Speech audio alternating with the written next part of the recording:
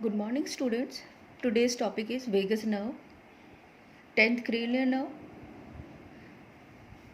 It is so called because of its extensive course through the head, neck, thorax, and abdomen. It bears two ganglia, superior and inferior, mixed type of nerve. Fibers of the cranial root of accessory nerve are also distributed through it. Superior ganglia, rounded, lies in jugular foramen. Inferior ganglion, cylindrical and lies near base of skull. Functional components of vagus nerve. Spatial visceral efferent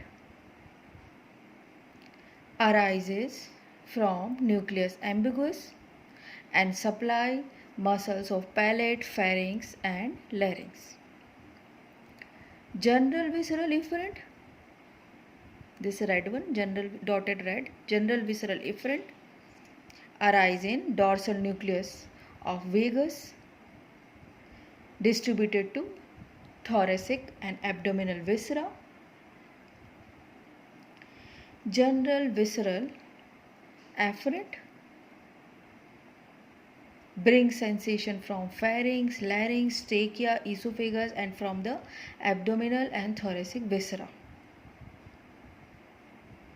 These are conveyed by the central process of ganglion cells to the lower part of nucleus of tractus solitarius.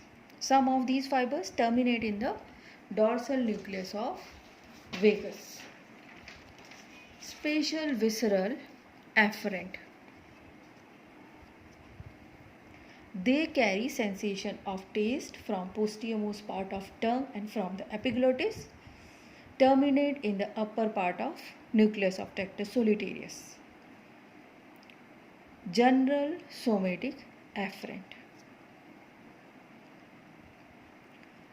Fibers are peripheral processes of neurons in the superior ganglion and are distributed to the skin of the external ear.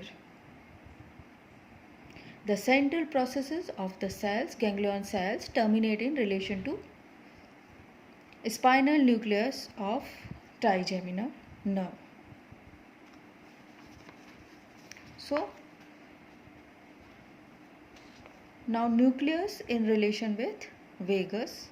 Nucleus ambiguous, mostly a part of central cranial root of accessory nerve, partly of vagus. Dorsal nucleus of vagus, mixed nucleus being both motor and sensory. Its fiber form the main bulk of nerve. Nucleus of tractus solitarius, distributed through internal region nerve to the taste buds of epiglottis and vallicula. And fourth one is nucleus of tractus, spinal tract of trigeminal, spinal nucleus of trigeminal. Now, course and relation in head and neck. This diagram showing attachments of cranial nerves to the base of brain. In this diagram we can see olfactory nerve, optic nerve, optic chiasma, oculomotor, trochlear, motor root, sensory root of trigeminal nerve, abducent, facial, glossopharyngeal, vagus, accessory, hypoglossal. So this vagus, this nerve attached by about 10 rootlets to the posterolateral sulcus of medulla. This one is medulla.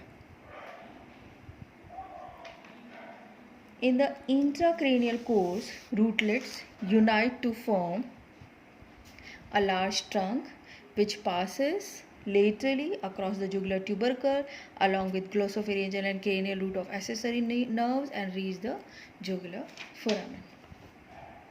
The nerve leaves the cranial cavity by passing through middle part of jugular foramen. Leaving the skull, the nerve descends within the carotid sheath in between and posterior to the internal jugular vein and internal and common carotid artery. This one is vagus nerve.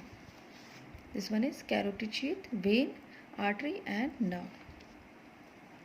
At the root of the neck, right vagus enters the thorax by crossing the first part of subclavian artery and then inclining medially behind the brachiocephalic vessel to reach the right side of the trachea.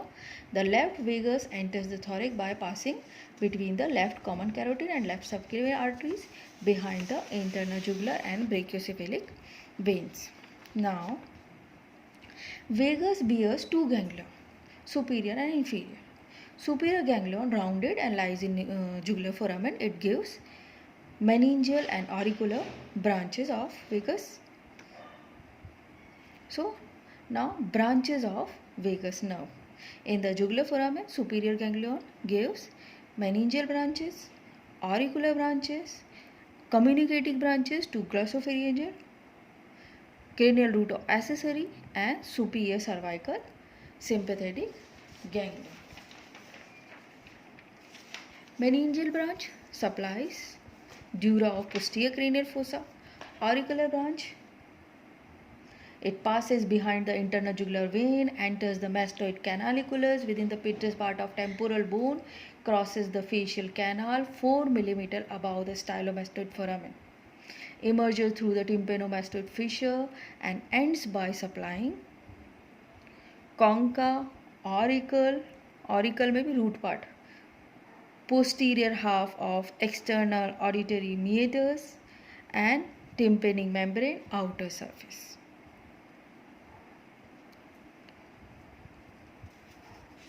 Now, branches from inferior ganglia. Branches arising from inferior ganglion are pharyngeal branch, contain chiefly the fibers of the cranial root of accessory nerve. It passes between the external and internal carotid arteries, reaches the upper border of middle constrictor of pharynx, where it takes part in forming the pharyngeal plexus. This pharyngeal branch distributed to muscle of pharynx and soft palate except tensor veli palatini, which is supplied by mandibular nerve. Next branch is carotid, supply carotid body and sinus. Next is superior laryngeal, arises from inferior ganglion, runs downward forward on the superior constrictor deep to internal carotid artery, reaches the middle constrictor where it divides into external and internal laryngeal branches. External laryngeal nerve, thin. It supplies cricothyroid, inferior constrictor, pharyngeal plexus. Internal laryngeal, thick, passes downward, forward, pierces the thyroid membrane with the superior laryngeal vessels, enters the larynx. It supplies mucous membrane of larynx up to level of vocal folds. Next is right recurrent laryngeal, arises from the vagus in front of right subclavian artery, reaches the tracheoesophageal groove. It supplies all intrinsic muscle of larynx except cricothyroid, sensory nerves to larynx, below the level of vocal cord, cardiac branches to the deep cardiac plexus, branches to trachea and esophagus and to inferior constrictor.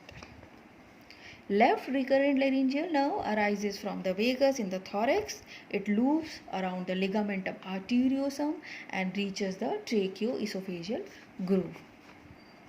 Cardiac branches, superior and inferior out of the 4 cardiac branches of vagus, 2 on each side. The left inferior goes to superficial cardiac plexus. The other 3 cardiac nerves go to deep cardiac plexus. In this diagram, we can see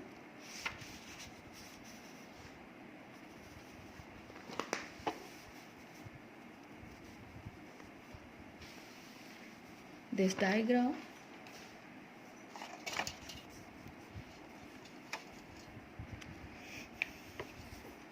nucleus ambiguous, dorsal nucleus of vagus, nucleus of tractus solitarius, nucleus of spinal tract of trigeminal nerve, superior ganglion, inferior ganglion, branches from superior ganglion, meningeal branch and auricular branch, and from inferior ganglion this carotid branch, pharyngeal branch, recurrent laryngeal,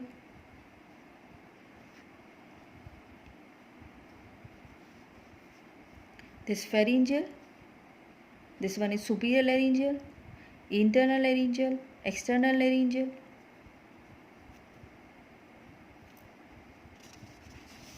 Now, applied aspect.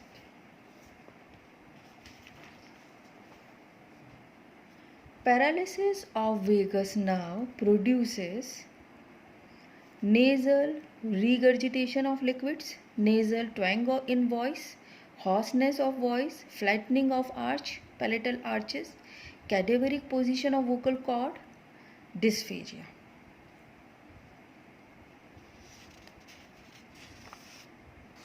Vagus nerve is tested clinically by comparing the palatal arches on the two sides. On the paralyzed side, there is no arching.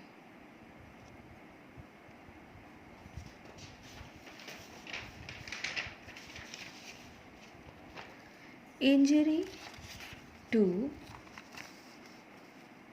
right recurrent laryngeal result in hoarseness and dysphonia due to paralysis of right vocal cord.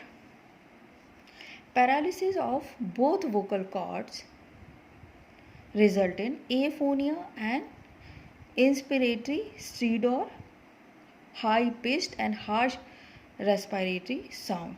It may occur during thyroid surgery. Irritation of auricular branch of vagus in the external ear by earwax syringing may reflexly cause persistent cough, ear cough, vomiting, or even death due to sudden cardiac inhibition. Stimulation of the auricular branch may reflexly produce increased appetite. Irritation of recurrent laryngeal nerve by enlarged lymph nodes in children may also produce persistent cough. Injury to pharyngeal branch causes dysphagia. Paralysis of muscles of soft palate result in nasal regurgitation of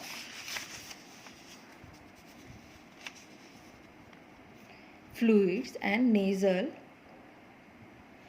twang of voice. Lesion of superior laryngeal nerve produces anesthesia in the upper part of larynx and paralysis of cricothyroid. Some fiber arising in geniculate ganglion of facial nerve pass into the vagus through communication between the two nerves. There is the skin of auricle through the auricular branch of vagus. Sometimes a sensory ganglion may have a viral infection called herpes zoster, and vesicles appear on the area of skin supplied by the ganglion. In herpes zoster of geniculate ganglion, vesicle appear on the skin of auricle. So this is all about vagus nerve.